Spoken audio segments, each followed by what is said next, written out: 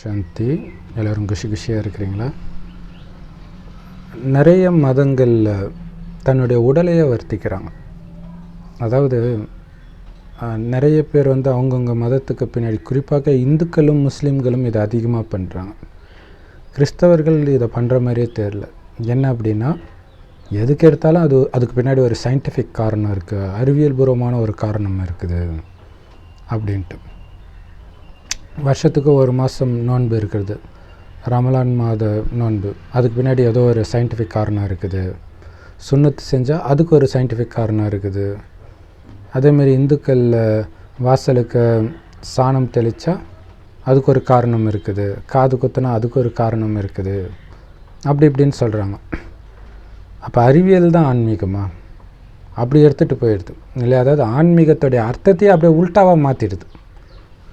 So அறிவியல் வேறு, ஆன்மீகம் வேறு. ஆன்மீகத்துக்கும் அறிவியலுக்கும் கொஞ்சம் கூட சம்மந்தம் கிடையாது. அறிவியலுக்கு கொஞ்சம் கூட எட்டாத உயரத்தில் இருக்கிறது ஆன்மீகம். அறிவியல் தப்பாகலாம், ஆன்மீகம் தப்பாகாது. ஆனால் நம்ம எல்லோரும் என்ன புரிஞ்சுக்கிட்டோம்? அறிவியல் பூர்வமாக ப்ரூஃப் இருக்குதா?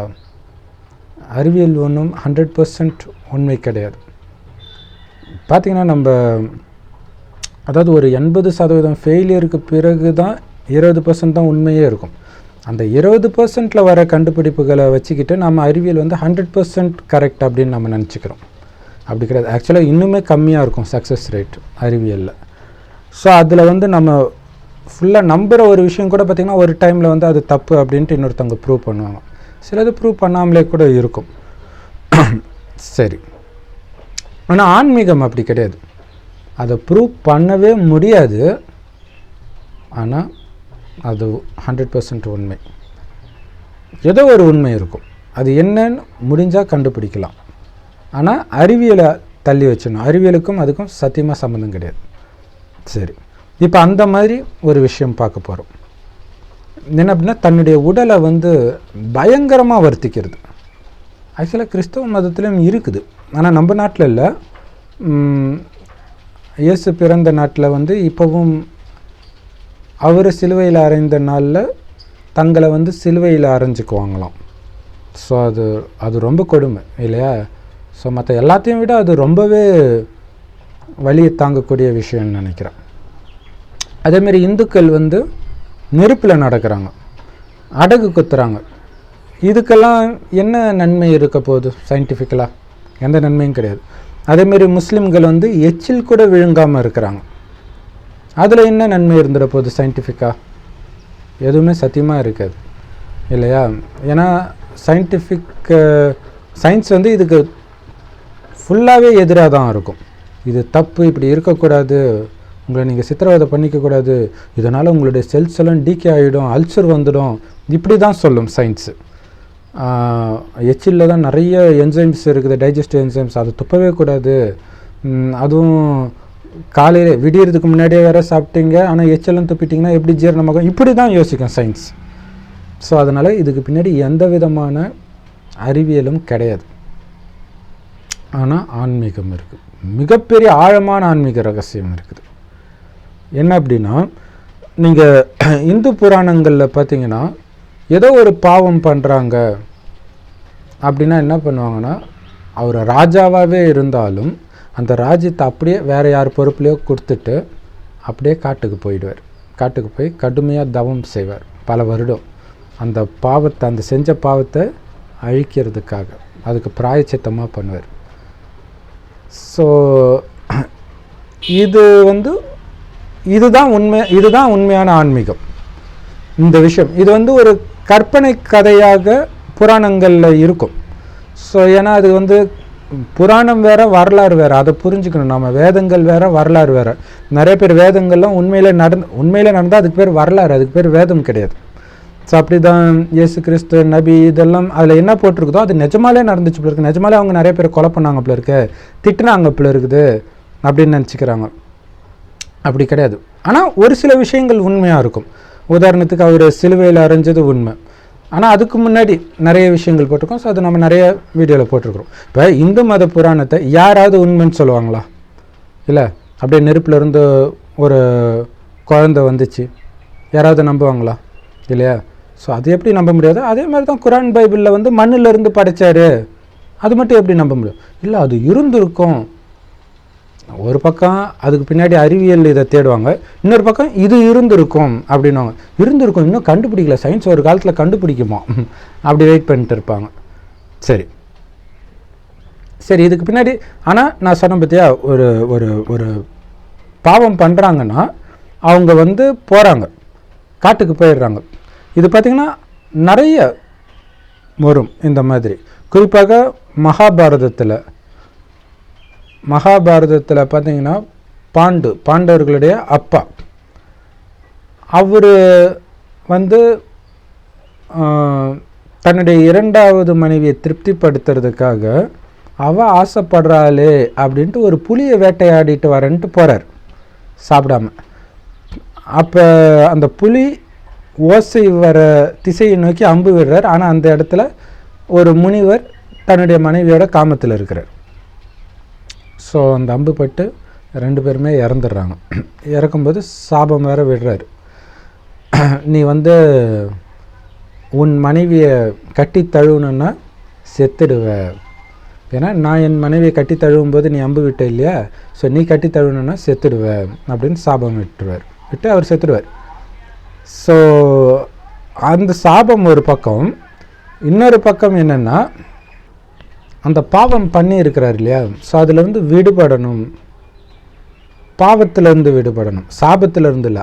அதாவது அவர் சாபமே இடலைனா கூட அது பாவம்தான். ஸோ அந்த பாவத்துக்கு பிராயச்சித்தம் பண்ணணும் அப்படின்னு அந்த ராஜ்யத்தை, அவர் தான் ராஜாவாக இருப்பார், அந்த ராஜ்யத்தை அவருடைய அண்ணன் கிட்ட கொடுத்துடுவார். அவங்க அண்ணனுக்கு கண்ணு தெரியாது. ஸோ அதனால தான் ஆக்சுவலாக அண்ணனுக்கு தான் ராஜ்யம் போகணும், கண்ணு தெரியாத காரணத்தினால தான் இவருக்கு வருது ராஜ்யம், அவங்க அப்பாவுடைய ராஜ்யம். அப்போ இப்போ இந்த பாவம் செஞ்ச நான் ராஜ்யத்தை ஆள்றதுக்கு தகுதியற்றவன், அதனால் நான் பாவத்தை அழிச்சிட்டு வரேன் அப்படின்ட்டு ராஜ்யத்தை திருதராஷ்டிரன்ட்ட கொடுத்துட்டு போகிறார். ஆக்சுவலாக மகாபாரத யுத்தத்துக்கு காரணமே இதுதான். அப்போ தான் அவனுக்குள்ளே அந்த ஆசை வருது. அதுக்கு முன்னாடியே ஒரு கோபம் வரும். அவன் அந்த ராஜ்யத்தை அனுபவித்த பிறகு அதை விடவும் மனசு வராமல் அதை அப்படியே தன்னுடைய குழந்தைக்கு ட்ரான்ஸ்ஃபர் பண்ணணும் அப்படின்னு நினைக்கிறதெல்லாம் பின்னாடி கதை போகுது. ஸோ அப்போ அந்த பாவத்துக்கு காட்டுக்கு போகிறார். இப்போ பாருங்கள், இதில் ஒரு அதிசயம் பாருங்களா, எல்லாத்தையும் விட்டு காட்டுக்கு போகணும். ஆனால் அவருடைய மனைவி சொல்லுவாங்க, நானும் வரேன், என்னால் தானே ஆச்சு, நானும் வரேன். திரௌபதி சொல்லுவாங்க, நானும் வரேன், கணவனுக்கு எதுவும் அதே தான் எனக்கும் அப்படின்னு. இதை நீங்கள் பார்த்தீங்கன்னா திரும்ப திரும்ப திரும்ப திரும்ப எல்லா வேதத்துலையும் இதே விஷயம் வரும். பாண்டவர்களும் அதேமாதிரி காட்டுக்கு போகும்போது பார்த்திங்கன்னா திரௌபதி கூட வருவாங்க. ராமாயணத்தில் ராமர் போகும்போது சீதை கூட வருவாங்க. ஆனால் ஆக்சுவலாக அந்த குறிப்பிட்ட நபர் மட்டும்தான் போகணும், ராமர் மட்டும்தான் போகணும், ஆனால் கூடவே சீதை போவாங்க. அப்போ கூடவே மனைவியோடவே போனால் அதுக்கு பேர் என்ன பிராயச்சித்தம், என்ன தண்டனை? அது மனைவியோட குடும்பத்தில் இருக்கிறதுக்கு பதில் காட்டில் இருக்க போகிறாங்க, அவ்வளோதானே அப்படின்னு தோணும். ஆனால் தனியாக காட்டுக்கு போனால் எப்படி இருப்பாங்களோ அதே மாதிரி தான் மனைவி இருந்தாலும் இருப்பாங்க. அதாவது காமமே இல்லாமல் இருப்பாங்க. ஸோ அதுதான் தண்டனை. அப்போ இது ஏன் அப்படின்னா, ஒரு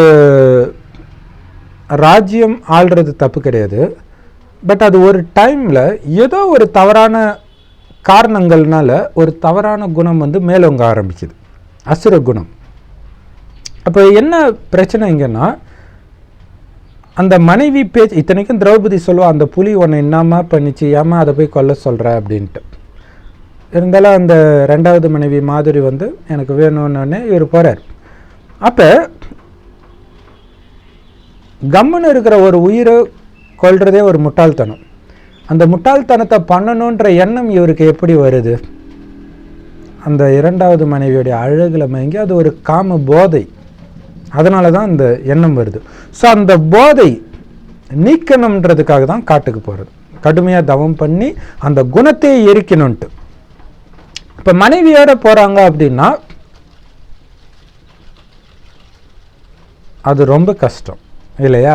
அந்த காமத்தை தூண்டக்கூடியவரை பக்கத்தில் வச்சுக்கிட்டே காமத்தை வெல்றது சாதாரண விஷயமா? அதுதான் எல்லா வேதத்தின் சாரமும், ராமாயணத்தின் சாரமும் அதுதான் இல்லையா. சீதையை பக்கத்தில் இப்போ காட்டுக்கு போகிறதே அதுக்காக தான் இல்லையா. இன்னும் பணிவு வரணும், இன்னும் தெய்வீக குணம் வரணும், காமம் கோபம் இது வந்துடக்கூடாதுன்னா. அப்போ சீதையை அழைச்சிட்டே போகிறாருன்னா கூடவே லக்ஷ்மணனே அழைச்சிட்டு போகிறார் இல்லையா. அப்போ இதில் பாருங்கள் ஆச்சரியம், லக்ஷ்மணனே அழைச்சிட்டு போகிறார். அப்போ லக்ஷ்மணன் தம்பி கூட இருக்கும்போது மனைவி கிட்ட தப்பாக நடந்துக்குவாங்களா? நடந்துக்க மாட்டாங்க இல்லையா, ஏன்னா அது காடு. ஸோ அப்போ தன்னுடைய மனைவியும் சகோதரனாக நினைக்கிறாரு அப்படின்ட்டு. ஸோ உள்ளுக்குள்ளே அந்த காமமோ கோபமோ எதுவுமே இருக்கக்கூடாது. அப்போ கூனிக்கிட்ட ஏதோ ஒரு சில சம்பவம், அவர் நல்லதுக்கு பண்ணுறாரு, ஏதோ ஒன்று பண்ணுறாரு, அதனால் கூனி வந்து கோபப்படுறாங்க, அதனால தான் கைகையை ஏற்றி விடுறாங்க. அதே மாதிரி கைகையை ஏற்றி விட்டாலும் கைகையை மாறுறா அப்படின்னா அவர் நம்புகிற மாதிரி ராமர்கிட்ட ஏதோ ஒரு குணம் சூக்ஷ்மமாக இருக்கும். ஸோ அதையும் அவர் அழிக்கணும், அதுக்காக தான் போகிறார். இந்த விஷயத்துடைய நினைவு தான் நெருப்பில் நடக்கிறது, எச்சில் விழுங்காமல் இருக்கிறது, சாப்பிடாமல் இருக்கிறது, நைட்டெல்லாம் ஜபம் பண்ணுறது, இரவு கண் விழித்து ஜபம் பண்ணுறது, இது எல்லாமே. ஆனால் உங்களுக்கு புரியாது இதுக்கும் அதுக்கும் என்ன தொடர்பு அப்படின்னு தோணும். என்ன அப்படின்னா, இந்த ரகசியம் பார்த்தீங்கன்னா உங்களுக்கு புரியும்.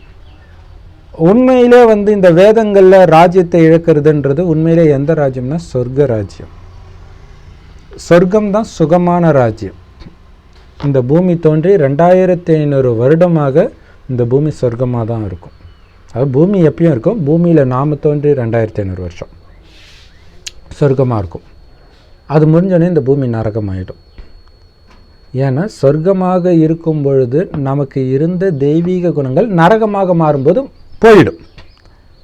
அப்போ தான் காமம் கோபம் பற்று பேராசை அகங்காரம் இந்த 5 விகாரத்துக்கு அடிமையாகிறோம்.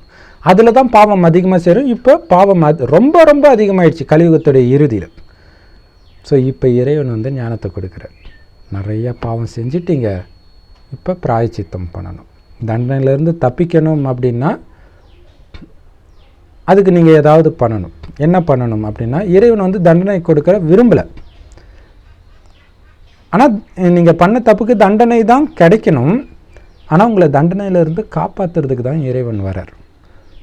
ஸோ அதுதான் மகாபாரதத்தில் பார்த்திங்கன்னா சூழ்ச்சி செஞ்சு ஸ்ரீகிருஷ்ணர் ஜெயிச்சாருன்னுவாங்க. அப்படின்னா என்ன அர்த்தம்னா, நியாயப்படி நம்ம பண்ண பாவத்துக்கு நம்ம தண்டனை தான் அனுபவிக்கணும். ஆனால் இறைவன் கருணை கடல் இல்லையா, தன்னுடைய குழந்தைங்களை காப்பாற்றணுன்ட்டு ஆசைப்பட்டு வரார். கலியுகத்தின் கடைசின்னு 1 வருஷம் வரார் அவர் இருக்கிற பரந்தாமத்தை விட்டு, அல்லது பரலோகம்னு கூட சொல்லலாம். இந்த இடத்த இது செம்பொன் நிறமாக இருக்கும். இங்கே இறைவன் நட்சத்திரம் மாதிரி இருக்கார். அவர் கூடவே நாம் இருந்தோம். உயிர், அதை தான் ஆத்மான்னு சொல்கிறோம். அதுவும் நட்சத்திரம் மாதிரி இருக்கும். உடலில் வரும்போது புருவ மத்தியில் இருக்கும். அதனால தான் இங்கே போட்டு வைக்கிற பழக்கம் இருக்குது. இப்போ நாம் பூமிக்கு வரும்போது சொர்க்கத்தில் தேவதையாக இருப்போம், நரகத்தில் சாதாரண மனுஷனாக இருந்து பாவம் மேலே பாவம் செய்வோம். அதுக்கேற்ற மாதிரி தண்டனையாக அனுபவிச்சுட்டே இருப்போம், துக்கத்தை அனுபவிப்போம். இருந்தாலும் என்ன தான் துக்கம் அனுபவித்தாலும் துக்கம் கொடுத்து உங்களுடைய பாவத்து கணக்கை முடிக்க முடியாத அளவுக்கு அதிக பாவம் சேர்ந்துருச்சு. ஏன்னா இப்போ வந்து இது பாவம் நினைக்க முடியாத அளவுக்கு சாதாரணமாகிடுச்சு. உதாரணத்துக்கு கறிமீன் சாப்பிட்றது இல்லையா, அப்புறம் காமம். ஸோ இதெல்லாம் பாவம்னே தெரியல. அப்போ ஆனால் சொர்க்கத்தில் காமம் இருக்காது, கறிமீன் சாப்பிட்ற பழக்கம் இருக்காது, அசுத்தமான உணவு இருக்காது. வார்த்தை கூட அவ்வளோ இனிமையான வார்த்தையாக இருக்கும். இப்போ இருக்கிற வார்த்தையெல்லாம் எப்படி இருக்குது, அப்படியே ஈட்டி எடுத்து குத்துற மாதிரி இருக்குது இல்லையா. நக்கல் பண்ணுறது, நையாண்டி பண்ணுறது, அது பார்த்திங்கன்னா ஒருத்தர் மனசை கஷ்டப்படுத்துறது. ஸோ அதுவே ஒரு ஜாலி, கேட்டால் கலாய்க்கிறது அப்படி இப்படின்றாங்க. ஸோ அந்த மாதிரி அப்போ மனிதனுக்கு வந்து அன்பாக பேசுகிறதுனா என்னன்னே தெரியல, அந்த மாதிரி ஆயிட்டோம். ஸோ இப்போ இறைவன் சொல்கிறார், சொர்க்கத்தில் நீங்கள் தான் தேவதையாக இருந்தீங்க, அப்போ நீங்கள் பேசுகிறத கேட்டால் கேட்டுக்கிட்டே இருக்கலாம். அப்படி இருக்கும். அங்கே சிங்கமும் பசுவும் ஒன்றா தண்ணி கொடுக்கும். சிங்கம் கூட இன்னொரு விலங்கை சாப்பிடாது. அவ்வளோ அன்பாக இருந்துச்சு உலகம். அந்த மாதிரி உலகத்தில் இருந்த நீங்கள் இப்படி நரகமாக மாற்றிட்டீங்க. அந்த சொர்க்கத்தை இறைவன் சொர்க்கமாக படித்தார், நீங்கள் நரகமாக மாற்றிட்டீங்க. ஏன் அப்படின்னா, சொர்க்கத்தில் இருக்கும் பொழுது நீங்கள் அழியக்கூடிய உடல்னு உங்களை நினைக்க மாட்டீங்க, ஆத்மா, அழிவற்ற ஆத்மா, நான் பூர்வ மத்தியில் நட்சத்திரம் மாதிரி ஜொலிக்கிறேன் அப்படின்ற உணர்வு உங்களுக்கு இருந்துக்கிட்டே இருக்கும். அதேமாதிரி இன்னொருத்தரை பார்த்து பேசும்போது கூட அவங்கள ஆத்மான்னு பார்த்து பேசுவீங்க. அவங்களும் ஆத்மா தான், பூர்வ மத்தியில் நட்சத்திரம் மாதிரி இருக்கிறாங்க அப்படின்னு பார்த்து பேசுவீங்க. ஸோ அதனால் காமம், கோபம், பற்று, பேராசை, அகங்காரம் எதுவுமே வராது. அதனால் பயங்கர ஆனந்தமாக இருப்பீங்க. செங்கல் கூட தங்கத்திலே இருக்கும். அப்போ பாருங்கள், தங்கத்திலே வைடூரியங்கள், தங்கத்திலே மாட மாளிகை, அவ்வளோ செல்வ செழிப்பாக இருக்கும். அங்கே இருக்கிற மலர்களுடைய நறுமணம் இங்கே இருக்கிற அதிக நறுமணம் வீசுகிற மலரை விட கோடானு கோடி மடங்கு நறுமணம் வீசும். அங்கே இருக்கிற பழங்களுடைய சுவை இங்கே இருக்கிற பழங்களின் சுவையை விட கோடானு கோடி மடங்கு சுவையாக இருக்கும். அதுக்கு எல்லாத்துக்கும் காரணம் நம்மளுடைய குணங்கள். நம்ம குணம் நல்லா இருக்கும்போது அது எல்லாமே நல்லாயிருக்கும். நம்மளுடைய குணம் மோசமாக மோசமாக என்ன ஆகுது, எல்லாமே தெரியும் இல்லையா? பூச்செடியில் முதல்லலாம் அந்த முல்லைப்பூலாம் பூத்துச்சுன்னா அந்த தெரு ஃபுல்லாக வாசனை அடிக்கும். இப்போ போய் அந்த பூ கிட்ட போய் மூக்க வச்சா தான் ஏதோ கொஞ்சம் அடிக்குது. நம்ம என்ன நினச்சிக்கிறோம், ஏதோ நினச்சிடறோம் இல்லையா? இப்போ அதை நம்ம யோசிக்க மாட்டோம் இல்லையா? அப்போ மண் சக்தி இழந்துருச்சு. செயற்கை உரம் போடுறாங்க. சரி, உங்கள் வீட்டில் தானே வளர்க்குறீங்க, அப்போ அதுக்கு உரம் போடணுன்னா மாட்டு சாணத்தை, எருவை போட்டால் கூட அதுவுமே பார்த்திங்கன்னா செயற்கை உரத்தினால வளர்ந்த தாவரத்தை தான் சாப்பிடுது. அப்படி தான் நம்ம யோசிக்கிறோமே தவிர நம்ம குணம் கீழாக போச்சு, அதனால தான் அது ஆச்சுன்னு மட்டும் தெரியல இல்லையா? இதுக்கு முன்னாடி இயற்கையாக விவசாயம் பண்ணது இன்றைக்கி செயற்கையாக போட்டாங்கன்றது தெரியுது. இதுக்கு முன்னாடி நான் இனிமையாக பேசினவன் இன்றைக்கி மோசமாக பேசுகிறேன், அதுக்கும் இதுக்கும் தொடர்பு இருக்குதுன்னு மட்டும் யாருக்குமே தெரியல. அந்த ரகசியத்தை தான் இறைவன் இப்போ சொல்கிறார். ஸோ உங்களுடைய புத்திக்கு எவ்வளோ சக்தி இருந்துச்சுன்னா நீங்கள் எது நினச்சாலும் நடக்கும் சொர்க்கத்தில். மழை பெய்யினா பெய்யும், நில்னா நிற்கும். அந்த அளவுக்கு எண்ணத்துக்கு சக்தி இருந்துச்சு. காரணம் காமம், கோபம், பற்று, பேராசை, அகங்காரம், இந்த 5 விகாரம் தான் மாயா அல்லது ராவணன் அல்லது சாத்தான்னு சொல்கிறது. இது அங்கே கிடையவே கிடையாது. காரணம் உடல்ன்ற உணர்வே இருக்காது. நான் ஆத்மா, நான் ஒளிப்புள்ளியாக இருக்கிறேன், அதுதான் ஞாபகம் இருக்கும். இந்த உடம்புக்குள்ளே இருக்கிறானா இந்த உடம்பு நான் கிடையாது. இப்போ காருக்குள்ளே நான் இருந்தால் காரா நான் கிடையாது. அது மாதிரி இந்த உடம்புக்குள்ளே இருந்துட்டு இந்த உடல்ன்ற காரை நான் இயக்கிறேன்.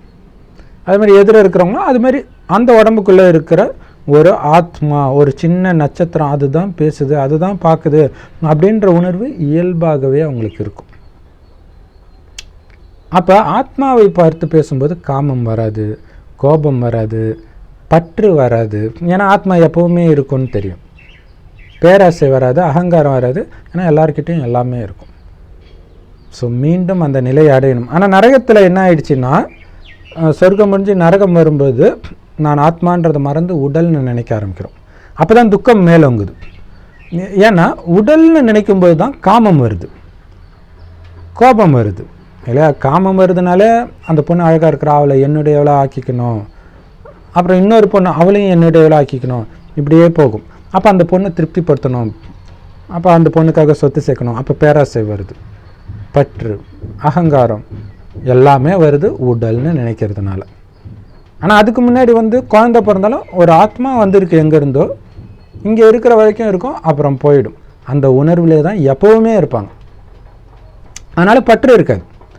இப்போ எனக்கு ஜாலியாக என் கூட விளையாடுறதுக்கு குழந்தைன்ற ஒரு உறவில் வந்திருக்குது, அவ்வளோதான்.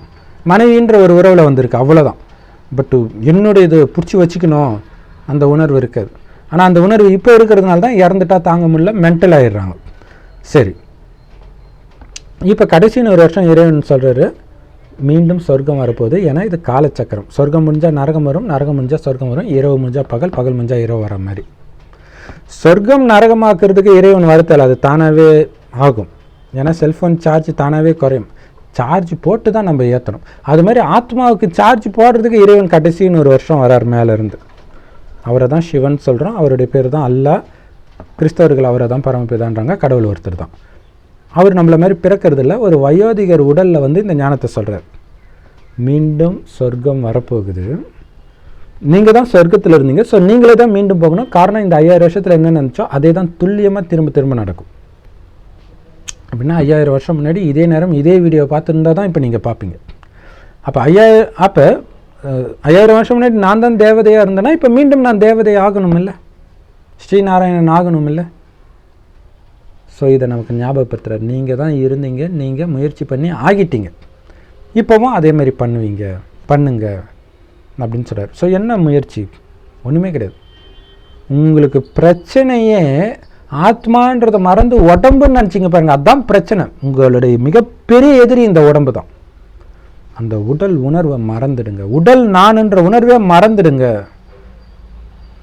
நான் ஆத்மா, நான் ஆத்மா, நான் ஆத்மா, நான் ஆத்மா, நான் ஆத்மா ஞாபகம் இருந்துக்கிட்டே இருக்கணும். இதுதான் பக்தியில் ஓம் ஓம் ஓம்னு சொல்லிகிட்டே இருக்கிறாங்களே, அது என்னமோ பிரபஞ்சத்துடைய ஒளி எங்கேயோ தேடிட்டு இருக்கிறாங்க. அடப்பாவி, அதுதான் நீ அப்படின்னு இறைவன் சொல்கிறார். பிரபஞ்சத்தில் சத்தத்தையா வச்சு இங்கே பண்ணிகிட்டு இருக்கோம் கிடையாது. நான் ஆத்மான்னு அர்த்தம் ஓம்னா. ஸோ நான் ஆத்மா. ஸோ அது பார்த்திங்கன்னா எல்லாமே மறை வேதங்களுக்கு மறைப்பொருள் இல்லையா. ஸோ மறை வேதம் அப்படின்னு சொல்கிறாங்க. ஸோ மறைஞ்சு தான் இருக்குது. அப்போ வேணும்னே மறைக்கிறது இல்லை, அவங்களுக்கே தெரியாது. ஸோ இப்போ இறைவன் சொல்லும்போது தான் அது நமக்கு தெரியுது. இப்போ ஆத்மான்னு புரிஞ்சுக்கிட்டு இறைவனை நினச்சிக்கிட்டே இருக்கணும். ஏன்னா காமம், கோபம், பற்று, பேராசை, அகங்காரத்தில் சுத்தமாக சிக்காதவர் இறைவன் ஒருத்தர் தான். ஏன்னா அவர் நம்மள மாதிரி தாயின் கர்ப்பத்தில் பிறக்கிறதே இல்லை. அவர் செம்பொன் நிறமான உலகத்தில் நட்சத்திரமாக இருக்கார். ஸோ செவ்வானத்தில் ஒரு நட்சத்திரம் மாதிரி இறைவனை நினச்சிக்கிட்டே இருக்கணும். கூடவே அவருடைய குணத்தையும் நினைக்கணும் இல்லையா. இப்போ நம்ம ஒருத்தரை லவ் பண்ணுறோம் அப்படின்னா வெறும் முகத்தை மட்டும் நினைக்க மாட்டோம். அவங்க நம்ம கூட பழகுனது, அவங்க நம்மக்கிட்ட அன்பை வெளிப்படுத்தினது, சண்டை போட்டது எல்லாத்தையுமே நினைப்போம்.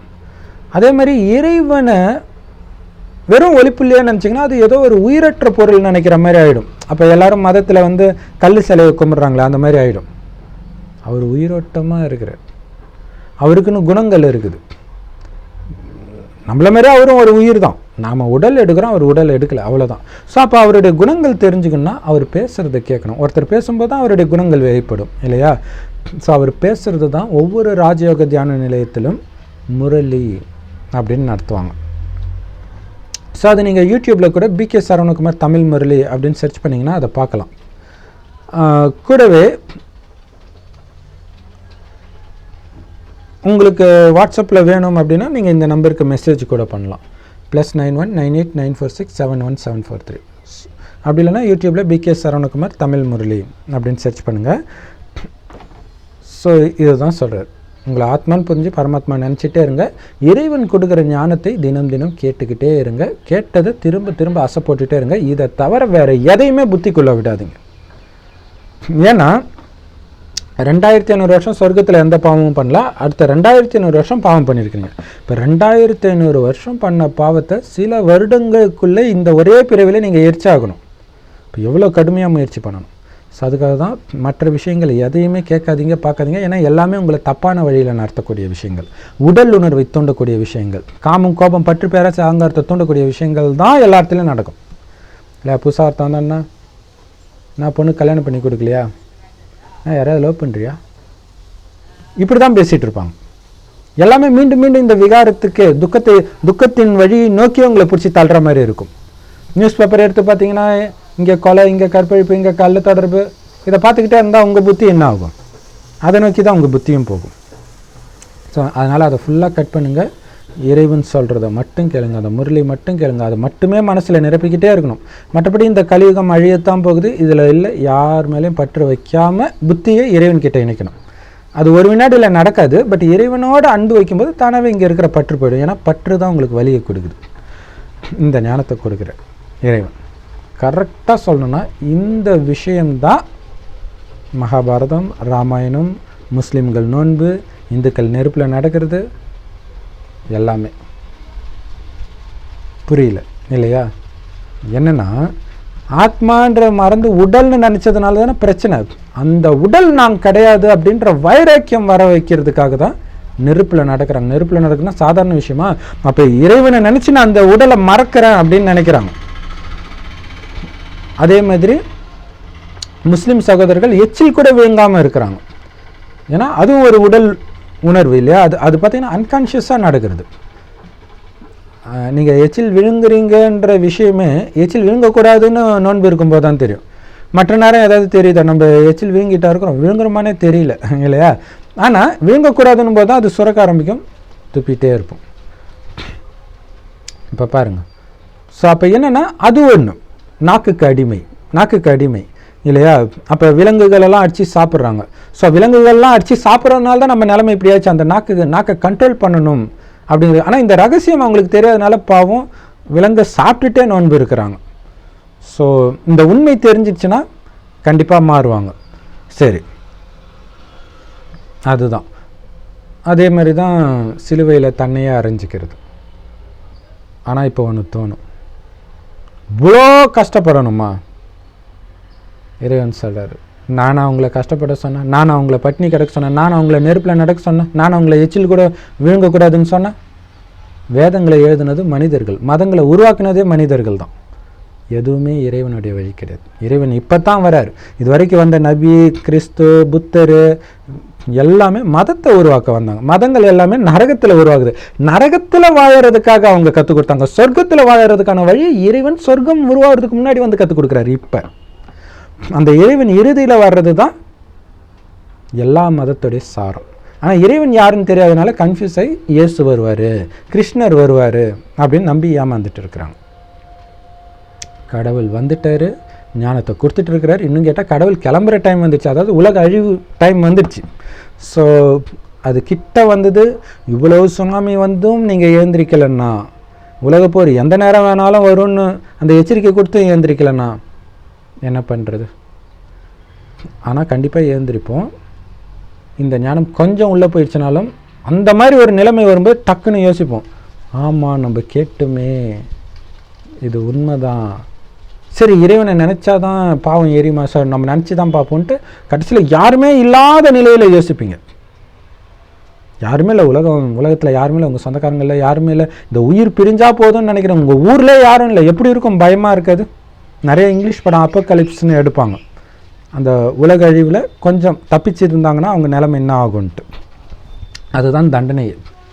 இப்போ பாருங்களா, ஒரு காலத்தில் வந்து இந்தியாவில் பிரச்சனை, ஒரு பெரிய குற்றம் பண்ணாங்கன்னா அந்தமான் ஜெயிலில் போடுவாங்களாம். அங்கேருந்து தப்பிச்சு வரக்கூடாது, ஏன்னா இந்தியாவிலேருந்து அது ரொம்ப தூரமாக வேறு இருக்குது. ஆனால் இந்தியாவே ஒரு தீவு மாதிரி ஆகிடும். தீவுனா என்ன, தண்ணி இருக்குதோ இல்லை அது கூட ஆகலாம், தெரியாது. அப்படி இல்லைன்னா கூட சுற்றி யாருமே இல்லைன்னா எப்படி இருக்கும்? அதுதான் தண்டனை. அப்போ நிஜமாலே உங்களுக்கு சாப்பிட்றதுக்கு எதுவும் இருக்காது. நிஜமாலே உங்களால் காமத்திலாம் ஈடுபட முடியாது, அங்கே யாரும் இருக்க மாட்டாங்க. ஆனால் எல்லாரும் இருக்கும் பொழுதே, மனைவி இருக்கும் பொழுதே நீ காமத்தை வென்று காட்டு, நாக்கை அடக்கி காட்டு, அந்த கடைசி தண்டனையிலேருந்து நீ தப்பிச்சிடுவ அப்படின்னு இறைவன் சொல்கிறார். என்ன ஆகுனா, அந்த உலக அழிவுக்கு முன்னாடியே நீங்கள் இறைவனை நினச்சிட்டு இருக்கும்போதே டக்குன்னு ஆத்மா பிரிஞ்சு மேலே போயிடும். அப்படியே உயிரோடவே இருப்போம் அப்படி கிடையாது. இந்த உடலை விட்டு போய் தான் ஆகணும். ஏன்னா இந்த உலகம், இந்த பழைய உலகம் க்ளீனானால் தான் சொர்க்கம் உருவாகும். அந்த க்ளீனிங் ப்ராசஸ் தான் உலக அழிவு. அதனால் இறைவன் சொல்கிறதெல்லாம் உடல்ன்றதை மறந்துடுன்றார். உடலை பிடிச்சி துக்கம் கொடுக்காத, உடல்ன்றதை மறந்து நான் ஆத்மான்னு எடுத்துட்டு வா. அது எப்படி உடலில் தானே இருக்கிறேன் அப்படின்னு தோணும். இப்போ பாருங்களேன், எல்லாரும் உடம்புல தான் இருக்கிறாங்க. ஆனால் ஒருத்தர் மட்டும் நான் பெரிய பணக்காரன், அந்த உணர்வு வருது இல்லை? எப்படி வருது? இதே உடம்பு தான், நம்ம சாப்பிட்றது தான் அவனும் சாப்பிட்றான். அவனுக்கு மட்டும் பெரிய புத்திசாலி, நான் பெரிய அழகாக இருக்கிறேன். அப்போ புதுசாக ஒரு எண்ணத்தை அவனால் உருவாக்க முடியுது. திரும்ப திரும்ப அவனையே அறியாமல் அது உள்ளே போகுது. ஆனால் இந்த விஷயம் நான் உடம்பு இல்லைன்றது தானாக போகாது, நீங்கள் தான் இப்போ உருவாக்கணும். ஆனால் சொர்க்கத்தில் தானாகவே உடம்பு இல்லைன்ற உணர்வு இருக்கும். ஏன்னா இப்போ என்ன ப்ராக்டிஸ் பண்ணுறீங்களோ அந்த குணத்தை, அந்த எண்ணத்தை எடுத்துகிட்டு போகும் அடுத்த பிறவிக்கு. அதுக்காக தான் இப்போவே வந்து இறைவன் இந்த ஞானத்தை கொடுக்குறார். அப்போ யோசிச்சு பாருங்க. இன்னும் கேட்டிங்கன்னா, இந்து மதத்தில் குறிப்பாக காளி பார்த்திங்கன்னா அசுரனுடைய தலையை அறுத்துட்டு அப்படியே நாக்க தொங்கப்பட்டு ஏன்னு இருக்கும்ல. மற்றவர்கள் வந்து நக்கல் கூட பண்ணலாம், என்னடா சாமி இப்படியா இருக்கும் அப்படின்ட்டு. ஆனால் நக்கல் பண்ணுறவங்க மதத்தில் சாமியை கொலை பண்ண சொல்லியிருப்பாங்க, அது வேறு விஷயம். ஆனால் இது எல்லாமே எதை குறிக்குதுன்னா, உங்களுக்குள்ளே இருக்கிற தேகன்ற உணர்வை கொலை பண்ணுங்க. ஏன்னா தேகம் நினைக்கிறது தான் அசுர குணம். உங்களுடைய அசுர குணத்துக்கெல்லாம் காரணம் உங்களை அழியக்கூடிய உடம்புன்னு நினச்சது தான். ஸோ அந்த உடம்பு நான்ற உணர்வை கொலை பண்ணுங்கன்றார், உடலை கொலை பண்ணுங்கன்னு அர்த்தம் இல்லை. ஸோ அதுதான் அங்கே நெருப்பில் நடக்கிறது எல்லாமே. ஏன்னா இவ்வளோ நாள் உங்களுக்கு துக்கத்தை கொடுத்தது உடல்ன்ற உணர்வு தான், அதை மறங்க. அப்போ இவங்க பண்ணுறது எல்லாமே பாருங்கள், உடல்ன்ற உணர்வை மறக்கிறது இல்லையா? உடல்னா பசிக்கும், அந்த பசியை நான் மறக்கணும். அதுக்கு தான் நோன்பு இருக்கிறது, விரதம் இருக்கிறது. ஆக்சுவலாக இந்த உபவாசம் இது எல்லா மதத்துலையுமே இருக்குது இல்லையா? ஸோ அதுதான். ஆனால் இப்போ நீங்கள் அதெல்லாம் பண்ணவே தேவையில்லை. ஏன்னா அதனால் ஒன்றும் நீங்கள் ஏன்னா அதெல்லாம் பண்ணி நீ காமத்தில் விழுற, அது முடிஞ்சானே கறிமீன் சாப்பிட்ற, துக்கம் கொடுக்குற மாதிரி பேசுகிறேன்னா அது பண்ணியுமே வேஸ்ட்டு தான். இன்னொரு விஷயம் என்னென்னா, நீங்கள் பாவம் செஞ்சு அதை பண்ணும்போது உங்களுக்கு அதுவே அல்சரை கொடுக்கும், நிறைய இன்னும் பிரச்சனையை கொடுக்கும், துக்கம் தண்டனை கொடுக்கும். அது உங்களுக்கு நீங்களே தண்டனை கொடுக்குற மாதிரி தான். ஆனாலும் உங்களுடைய பாவம் ஃபுல்லாலும் அதில் போகாது, ஏன்னா அவ்வளோ பாவம் இருக்குது. ஸோ அதை நீக்கணும் அப்படின்னா இறைவனை நட்சத்திரம் மாரி சதா நினைவு பண்ணிக்கிட்டே இருங்க. குறைஞ்சது ஒரு நாளைக்கு 8 மணி நேரம் நினைக்க சொல்கிறார். ஆனால் இன்னொன்று, நான் உடல்ன்றதை மறந்து நான் ஆத்மா, நான் கண் வழியாக பார்க்குறேன், வாய் வழியாக பேசுகிறேன். ஸோ இதை நீங்கள் திரும்ப திரும்ப பயிற்சி பண்ணும்போது பார்த்தீங்கன்னா ஒரு ஒரு ஒரு நிமிஷம் 2 நிமிஷம் கண்டினியூஸாக வெறும் ஒலியாகவே உங்களை அனுபவம் பண்ணிகிட்டு இருக்கும்போது அந்த ஆனந்தத்தை உங்களால் அனுபவம் பண்ண முடியும். அப்போ 8 மணி நேரம் தொடர்ந்து நான் ஆத்மான்ற உணர்வில் இருந்தால் எவ்வளோ ஆனந்தம் இருக்கும் யோசிச்சு பாருங்க. நான் ஆத்மா, பரமாத்மாவுடைய குழந்தை. நான் புருவமத்தில் இருக்கிறேன், என்னுடைய அப்பா செம்பன் நிறமான உலகத்தில் இருக்கார். செவ்வானத்தில் நட்சத்திரம் மாதிரி இறைவனை தொடர்ந்து பார்த்துக்கிட்டே இருக்கணும். இதுதான் அடிப்படை ராஜயோகம். இது இல்லாமல் இன்னும் நிறையா இருக்குது. ஏன்னா இப்போ பண்ணுறது எதுக்கு? சொர்க்கத்தில் தேவதை ஆகிறதுக்கு. அதில் நம்பர் 1 தேவதை தான் ஸ்ரீநாராயணன். ஸோ நான் தான் ஸ்ரீநாராயணனாக இருந்து மீண்டும் ஆக போகிறேன். ஸ்ரீநாராயணன் உடலில் இந்த உடம்புல இருக்கிற இதே ஆத்மா இருந்துச்சு அப்படின்னு அதையும் நினைக்கணும். ஸோ சொர்க்கத்துடைய காட்சிகள் எப்படி இருக்கும் அது எல்லாமே இறைவன் தினம் தினம் அந்த முரளியில் சொல்வார். அது கேட்க கேட்க அப்படி ஒரு போதை வரும். இப்போ பார்த்தீங்கன்னா ஒரு மதம், அந்த மதத்தில் சொல்கிறாங்க, அந்த மத தலைவர் நம்ம நமக்கு தண்டனையே கிடைக்காது, ஏன்னா நம்ம இவர்கிட்ட வந்துட்டோம், நம்ம பரலோக ராஜ்யத்துக்கு போக போகிறோம், விசில் அடிங்க, கைத்தட்டுங்க. ஓ, நீங்கள் கைத்தட்டினாலே போயிடலாமா? அல்லது அந்த மதத்துக்கு வந்துட்டாலே போயிடலாமா? அவ்வளோ ஈஸியாக சொர்க்கத்துக்கு போகிறது இல்லை, அப்படி கிடையாது. உடலை மறக்கணும், ஆத்ம உணர்வில் இருக்கணும். அதை நினைக்கும் போதே உங்களுக்கு ஆனந்தம் வரும். விசில் அடிக்கிறது ஆனந்தமா? அது தியேட்டர் ஃபஸ்ட் ஷோ பார்க்கும்போது ஃபேமஸான மாஸ் ஹீரோக்கெலாம் ரசிகர்கள் விசில் தான் அடிக்கிறாங்க, அது பேர் ஆனந்தமா? உண்மையான ஆனந்தம் தெரியாதனால இந்த அற்பகால ஆனந்தத்தை உருவாக்க முயற்சி பண்ணுறாங்க. உடலை மறந்த ஆத்மான்ற உணர்வில் இருங்க, அப்போ தெரியுமா அந்த ஆனந்தம் செம சூப்பராக இருக்கும். ஆனால் அதை நீங்கள் பண்ணும்போது உங்களை பண்ண விடக்கூடாதுன்னே இந்த மாயா பல ரூபத்தில் வரும். அதில் மிகப்பெரிய மாயின் ரூபம் தான் காமம். அதனால தான் காமம் மகாசத்ரு அப்படின்னு கீதையில் இருக்கும். அப்போ என்ன ஆகுனா, அந்த காமம் ஒரு சந்தோஷத்தை கொடுக்குது. ஸோ அந்த ஒரு போதை, ஒரு அழகான பொண்ணை பார்க்கும்போது வர போதை. ஆனால் இந்த ஆத்ம உணர்வு அதை விட பயங்கரமான போதை. ஆனால் இந்த ஆத்ம உணர்வில் வர்றதுக்கு நீங்கள் முயற்சி பண்ணணும். இந்த அழகான பொண்ணை பார்த்து வர்ற போதை நீங்கள் முயற்சியே பண்ண தேவை. நீங்கள் அதிலிருந்து புத்தியை திருப்புறதுக்கு தான் ரொம்ப முயற்சி பண்ணணும். ஏன்னா மாயா உங்களை தானாகவே தேடி வரும், விடாது கருப்புன்னுவாங்களே அந்த மாதிரி. ஸோ உங்களுடைய புத்தியை அந்த பக்கமே திருப்பக்கூடாது. இறைவன் இறைவன் இறைவன், இறைவனுடைய நினைவு, நான் நாராயணன் ஆக போகிறேன்ற நினைவு, இதே தான் இருக்கணும். இதுக்கு எதிரியாக இருக்கிறது உடம்பு. அதாவது சொர்க்கத்துக்கு வந்தவங்க தான் இப்போ இந்த ஞானத்தை எடுப்பாங்க.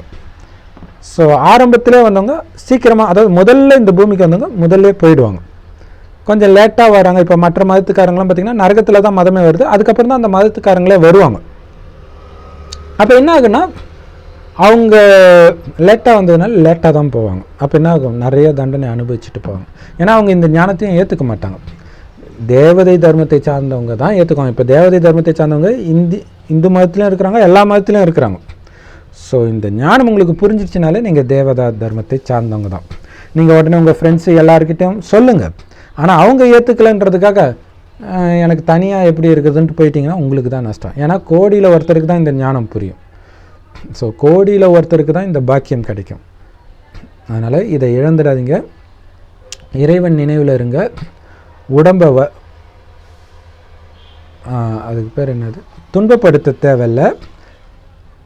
உடம்பை மறந்துடுங்க, ஆத்ம உணர்வில் இருங்க. அப்போ மறக்கிறது எப்படின்னா, காருக்குள்ளே உட்காந்து நான் காரை இயக்குறேன், அது மாதிரி நான் உடலுக்குள்ளே உட்காந்து கண்ணை இயக்கி அங்கே பாருன்றேன், கை இப்படி நவருன்றேன். ஸோ உடலில் இருக்கிற ஒரு அசைவும், அதேமாதிரி மைண்டில் இருக்கிற எண்ணம் எல்லாமே ஆத்மா இங்கே உட்காந்துட்டு கண்ட்ரோல் தான் பண்ணுது. நீ இதை பண்ணு, அதை பண்ணு, இதை அதை நினை. ஸோ அதுதான் நான், இந்த உடலை இயக்கிறவன் தான் நான், இயங்குகிற உடல் நான் கிடையாது அப்படின்ற எண்ணத்தை எடுத்துகிட்டு வரணும். இறைவனை நினச்சிட்டே இருக்கணும், இறைவனுடைய ஞானத்தை கேட்டுக்கிட்டே இருக்கு. ஸோ இதுதான் உண்மையான ரகசியம். இறைவனை நினைங்க, இவ்வளோதான். இந்த இறைவனை நினைக்கணும், உடலை மறக்கணும். இதுதான் எல்லா மதச்சடங்குடைய அடிப்படையும். நீங்கள் எதை வேணாலும் போய் பாருங்கள், இது இறைவன் இந்த ஞானத்தை கொடுக்குறார். இல்லாட்டினா வேறு யாராலையாவது இந்த 3 மதத்தையும் வச்சு பேச முடியுமா? யோசிச்சு பாருங்கள். இது கடவுளுடைய ஞானம் இல்லைன்னா 3 மதத்தை வச்சு பேச முடியுமா? ஒரு இந்து வந்து குரானுக்கோ பைபிளுக்கோ விளக்கம் கொடுக்க முடியுமா? அல்லது ஒரு கிறிஸ்தவர் வந்து இந்து மதத்துக்கு விளக்கம் கொடுக்க முடியும்? வேணால் நக்கல் வேணால் பண்ண முடியும் இல்லையா? அவங்க இவங்களை திட்டுவாங்க, இவங்க அவங்கள திட்டுவாங்க. 3த்துலேயும் பின்னாடி இருக்கிற அந்த ரகசியத்தை வந்து இறைவன் கொடுக்குற ஞானம் தெரிஞ்சால் தான் சொல்ல முடியும். ஸோ அதனால் நேரம் தாழ்த்தாதீங்க, ஏற்கனவே ரொம்ப லேட்டாக தான் இருக்கிறோம். ஸோ இப்போ பார்த்திங்கன்னா காஷ்மீரில் போர் அங்கங்கே வெடிக்குது, எந்த நேரம் என்ன வேணாலும் ஆகும். ஆனால் உடல் உணர்வை மறக்கணும். உடல் நினைக்கும் போது நான் இந்து, நான் கிறிஸ்டின், நான் முஸ்லீம்னு அதில் ஏதாவது நம்ம மதத்தை ஏதாவது ஒன்று சொல்லிட்டா உடனே உங்களுக்கு கோபம் வரும். அந்த கோபமே உங்களுக்கு தண்டனை கொடுத்துடும் இல்லை? நீங்கள் ஏதாவது பண்ணுவீங்க. அதேமாரி எல்லாமே மொழி உணர்வு, நாட்டு உணர்வு, உடம்பே நீங்கள் கிடையாது. அப்புறம் உங்களுக்கு என்ன? உங்களுக்கு எதுவுமே கிடையாது. வெறும் ஆத்மா இறைவனுடைய குழந்தை, சிவனுடைய குழந்தை. ஒட்டுமொத்த உலகம் சிவனுடைய குழந்தை தான். அது எந்த மதமாக இருந்தாலும் சரி, எந்த நாடாக இருந்தாலும் சரி இல்லையா? எல்லாரும் செஞ்ச பாவத்தை இப்போ அனுபவிக்கணும், தண்டனை. அதுக்காக தான் இதெல்லாம் நடக்குது. ஸோ அதுக்கு முன்னாடி மனிதர்கள் உருவாக்கிய மதத்திலேருந்து வெளியில் வந்து இறைவன்கிட்ட நேரடியாக ஞானத்தை கேளுங்க, இறைவனை மட்டும் நினைங்க, இறைவன் சொல்கிறத மட்டும் கேளுங்க. ஓம் சாந்தி. தேங்க்ஸ் ஃபார் வாட்சிங். ஸோ இதுதான் இந்த போர் நடக்குது. இப்போ சொல்கிறாங்களா புல்வாமா அந்த போர் பற்றி பேசுங்க அப்படின்னு நிறைய பேர் சொல்லியிருக்கிறாங்க. இதுதான் தீர்வு இல்லையா? அதெல்லாம் நடந்தே தீரும், உலகம் அழிஞ்சே தீரும், அப்போ தானே சொர்க்கம் வரும். ஆனால் நீங்கள் பாதுகாப்பாக இருக்கணும், உங்களுடைய ஆத்மாவுக்கு வருமானம் இருக்கணும். கொஞ்சம் கூட ஏமாந்துடக்கூடாது. கொஞ்சம் அப்படி ஸ்லைட்டாக தூண்டி விட்டோன்னா பயங்கரமாக ஊன்னு கத்துவாங்க, அதுவே அவங்கள தண்டனைக்கு அழைச்சிட்டு போயிடும்.